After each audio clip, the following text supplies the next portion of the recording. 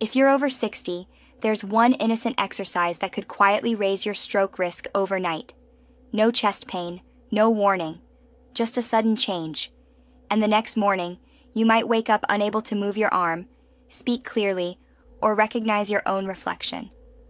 As a brain doctor, I've spent more than 3 decades treating stroke patients, and the cases that haunt me the most aren't caused by smoking, alcohol, or bad diets. They come from something far more common. Something you likely do every week, maybe even every day, without realizing the danger. Routine exercises. Movements you were told were good for your body, until they weren't. Today, I'm going to walk you through 9 everyday exercises that could quietly damage your brain, especially as your body changes with age.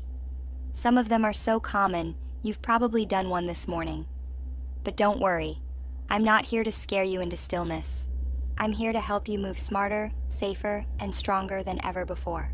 Because at this stage of life, what used to be healthy may now be dangerous, and understanding that difference could save your life. Before we dive in, if you haven't subscribed yet, tap that button and hit the bell icon so you never miss another health video made just for you. If this video helps you in any way, type 100% in the comments to let me know you're with me. Your feedback helps me help you better. 1. Toe touches and forward bends. Sudden blood pressure drop. Bending to touch your toes or pick something up may feel harmless. You've done it for decades.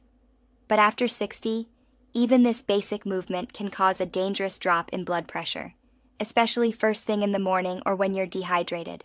Your arteries lose sensitivity with age, so when you bend forward, blood rushes from your head, and your brain doesn't get enough oxygen fast enough.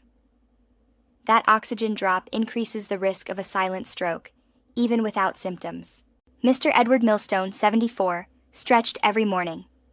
One day, after touching his toes, he felt dizzy. Hours later, he collapsed while gardening. A clot had formed from the postural pressure shift. Edward survived, but lost function in his right hand. If you need to bend, do it slowly. Sit to put on shoes. And never ignore dizziness. It's your brain flashing a red light. 2. Inverted yoga poses. Brain pressure. Surge. Yoga is calming, but poses that lower your head below your heart, like downward dog or legs up the wall, can silently spike pressure in your brain. After 60, your body doesn't regulate blood flow like it used to. These positions can overwhelm fragile vessels, especially if you're on blood pressure meds. Mrs. Evelyn Thomas, 74, loved gentle yoga.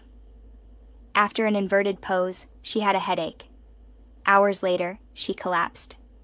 A scan revealed a brain bleed caused by pressure buildup. She survived, but lost some vision and struggles to speak clearly. Avoid inversion poses. Choose seated alternatives.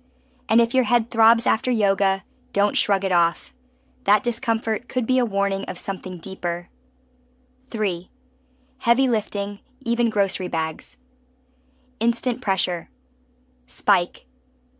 Lifting a box, helping with laundry, or carrying groceries may feel empowering, but it can silently send your blood pressure soaring. The danger comes when you strain or hold your breath, even briefly. This sudden internal pressure, known as the Valsalva maneuver, can crack aging arteries or dislodge a hidden clot. You don't need a gym session to trigger it. Just one poorly timed lift can change everything. Mr. George Pickett, 82, lifted a box of canned goods. Moments later, he collapsed. A clot had traveled to his brain. He now uses a walker and speaks slowly. "It was just a box," he told me. "I never saw it coming." Breathe out as you lift. Use carts. Ask for help. You don't lose independence by being careful. You preserve it. 4. Standing up too fast. Oxygen crash to the brain. Getting up from a chair seems like nothing, but rising too quickly, especially without support, can cause a sharp drop in brain oxygen. After 60, your body's reflexes slow. Meds like diuretics or BP pills, plus mild dehydration, make it worse. You may feel a brief dizziness, but during that moment, a clot could be forming. Mrs. Carol Jensen, 79, practiced repeated sit-to-stand drills. After standing up too fast, she felt strange. Minutes later, she had a stroke. Dehydration and sudden pressure changes were to blame. Use armrests. Stand slowly. If you feel lightheaded, sit down. That pause could protect your speech, balance, or your life. 5. Walking in heat or humidity. Blood thickens, stroke risk rises. Walking is great, but doing it in hot or humid weather without enough hydration? That's when it turns risky. Seniors often don't feel thirsty until it's too late, especially when on water pills or heart meds. As you sweat, blood volume drops. Your blood thickens, circulation slows, and clot risk climbs. This is called hemoconcentration, and it's a major cause of silent strokes overnight. Mr. Harold Dunn, 84, walked daily. One summer afternoon, he skipped water. The next morning, he collapsed. He'd suffered a stroke from dehydration and slow circulation. He now walks with assistance. Walk early or late. Drink water before and after. And if you feel tired or dizzy afterward, that's your body waving a red flag. 6. Neck circles or jerky twists. Artery tear risk. Rolling your neck feels good until it doesn't. Aging arteries in your neck are thin and fragile. Full neck circles or sudden turns can tear the vertebral artery and spark a stroke. Mr. Dennis Lyle, 72, did neck rolls every morning. One day, after a quick rotation, he felt pain behind his ear. Moments later, he collapsed.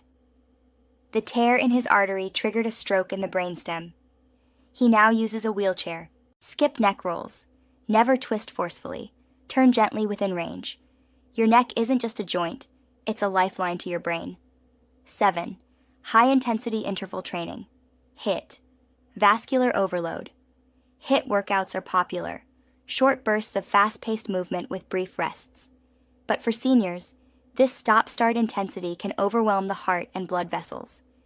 As your heart races and pressure surges, aging arteries, stiff or inflamed, can crack, rupture, or shake loose built-up plaque. That's when clots form and travel. Mr. Donald Whitaker, 74, followed a senior HIIT DVD. After a short workout, he collapsed in the kitchen. A clot had moved from his neck to his brain.